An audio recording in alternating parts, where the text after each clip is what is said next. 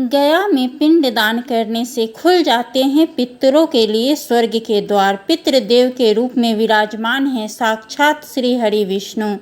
जाने गया का महत्व। गरुड़ पुराण के अनुसार गया में श्राद्ध और पिंडदान करने से आप अपने पितरों के लिए स्वर्ग का रास्ता खोलते हैं। स्वयं ब्रह्मा जी ने गया का महत्व बताया है।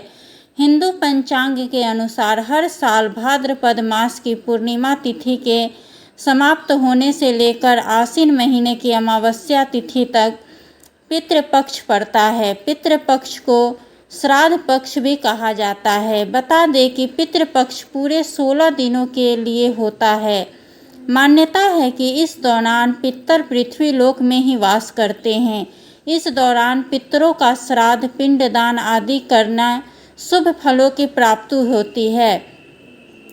माना जाता है कि जिन लोगों की मृत्यु हो जाती है उनकी आत्मा की शांति और मोक्ष की प्राप्ति के लिए बिहार के गया में पिंडदान किया जाता है। मान्यता है कि गया में पिंडदान करने पितरों को शांति मिलती है। इससे वह परलोक तक आसानी से पहुंच जाएंगे। इसी के कारण गया में पिंडदान करना सबसे अधिक महत्वपूर्ण माना जाता है।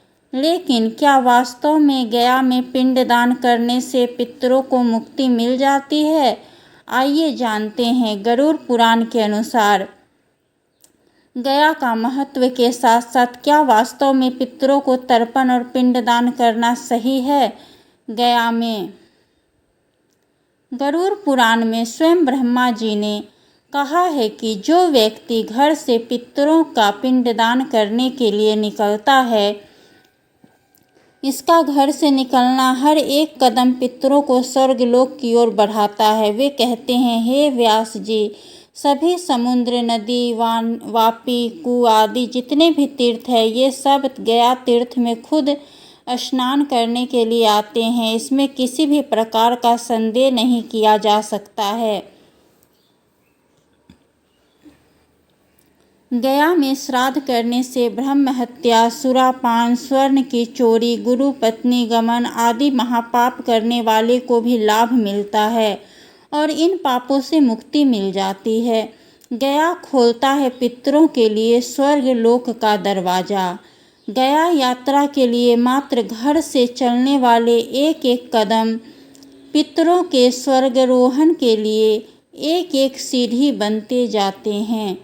ब्रह्मा जी आगे कहते हैं, जिन जातकों की मृत्यु संस्कार रहित दशा में हो जाती है या फिर पशु या फिर किसी चोर द्वारा, सर्प द्वारा आदि मारे जाते हैं, तो गया में पिंडदान करने से श्राद्ध कर्म के पुण्य से बंधन मुक्त होकर स्वर्ग चले जाते हैं। इस जगह पर पिंडदान करने से मनुष्य को करोड़ों वर्षों तक किए गए पुण्य के बराबर फल की प्राप्ति होती है।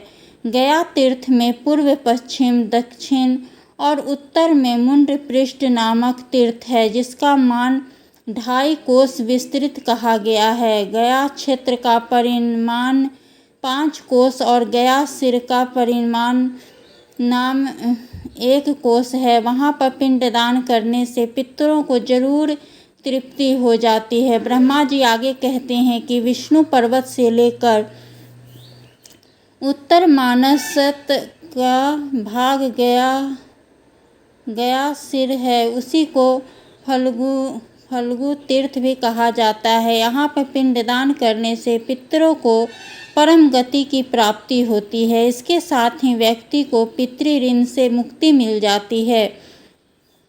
गया क्षेत्र में भगवान विष्णु पितृदेवता के रूप में विराजमान रहते हैं। पुंडरीकाक्ष उन भगवान जनार्दन का दर्शन करने पर मनुष्य अपने 3 ऋणों से मुक्त हो जाता है। गया तीर्थ में रथ मार्ग और रुद्रपद आदि में कालेश्वर भगवान केदारनाथ का दर्शन करने से मनुष्य पितृ ऋण से विमुक्त हो जाता है। वहाँ पर पितामह ब्रह्मा का दर्शन करके वह पाप मुक्त और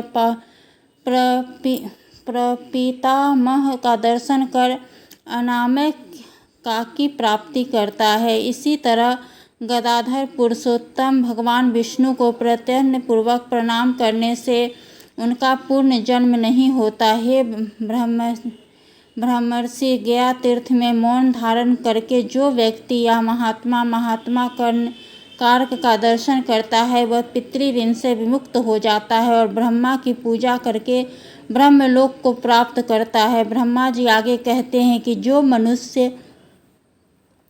प्रातःकाल उठ करके गायत्री देवी का दर्शन कर विधि विधान से प्रातःकालीन संध्या संपन्न करता है उसे सभी वेदों का फल प्राप्त हो जाता है। जो व्यक्ति मध्याह्न काल में सावित्री देवी का दर्शन करता है वह यज्ञ करने का फल प्राप्त करता है। इसके साथ ही पर्वत पर विराजमान शिव जी के दर्शन करने से पितृऋण से मुक्ति मिल जाती है। इसके साथ ही धर्मारण्य और पवित्र वन के स्वामी राम स्वरूप देवता के दर्शन करने से हर तरह के कर्जों से मुक्ति मिल जाती है। इसके साथ ही गौ के दर्शन करने से पितरों को ब्रह्मलोक की प्राप्ति हो जाती है। इसके अलावा स्वर्ग द्वारकेश्वर के दर्शन करने से मनुष्य भव बंधन से मुक्त हो जाता है। यहाँ स्थित कोटि तीर्थ में जाने से मनुष्य को पुंडरीक विष्णु लोक प्राप्त होता है। उस क्षेत्र में त्रैलोक के विष्णु वैतरणी नामक नदी है। वह उस गया क्षेत्र में पितरों का उद्धार करने के लिए अवतरित हुई है। जो श्रद्धालु वहाँ पर पिंडदान और गौदान करता है तो इसमें कोई शक नहीं है कि वह अपने 21 पीढ़ियों का उद्धार कर रहा है।